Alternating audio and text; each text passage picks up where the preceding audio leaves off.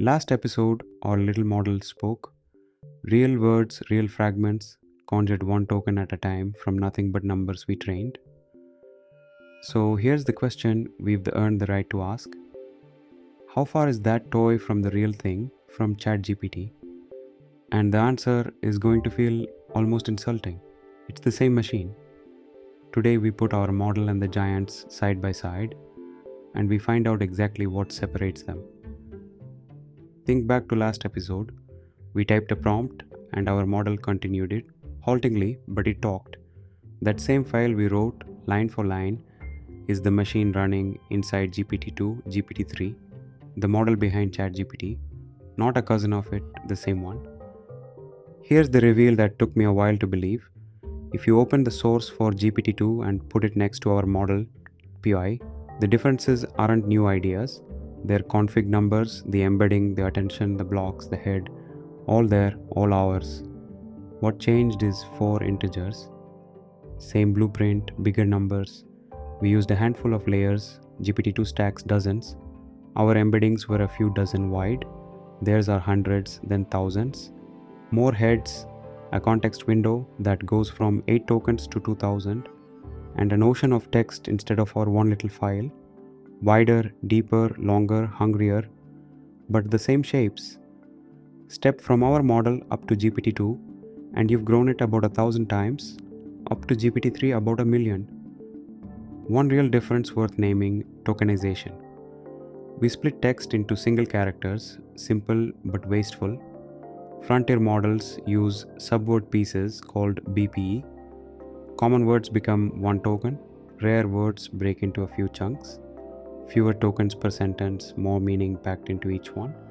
That's why nobody serious goes character level. It's just slower for the same intelligence. So why does making it bigger actually work? Because of something almost eerie. Scaling laws. Plot the loss against parameters, data and compute on log axis, and it falls on a smooth, predictable line. Grow all three together and the model gets reliably better. No magic ingredient, just more. And that humbling fact has a name: the bitter lesson.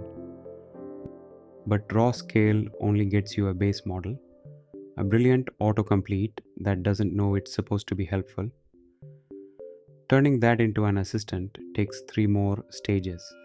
Pre-training, what we did, learn language from the internet, then fine-tuning, where you teach it to follow instructions, then RLHF, humans rank its answers and it learns what good looks like.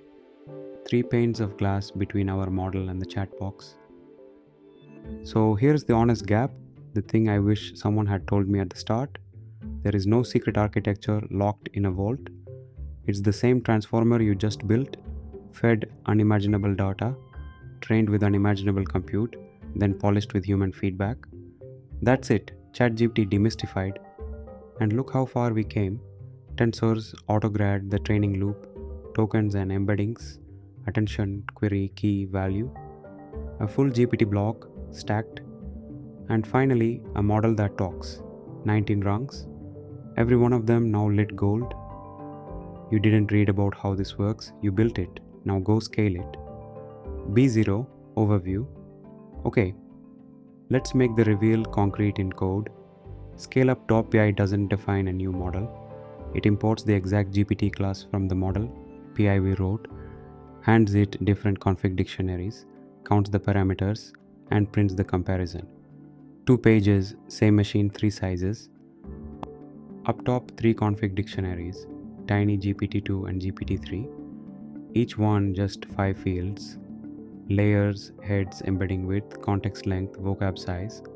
Notice there's no architecture here, only numbers. Tiny is what we trained, the other 2 are the real published configs.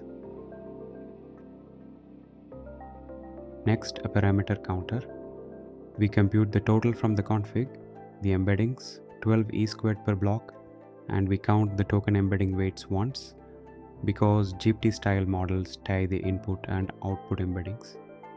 The same numeral-style accounting from earlier episodes, just done with arithmetic so we don't have to allocate 175 billion floats. Either way, this is the number everyone quotes.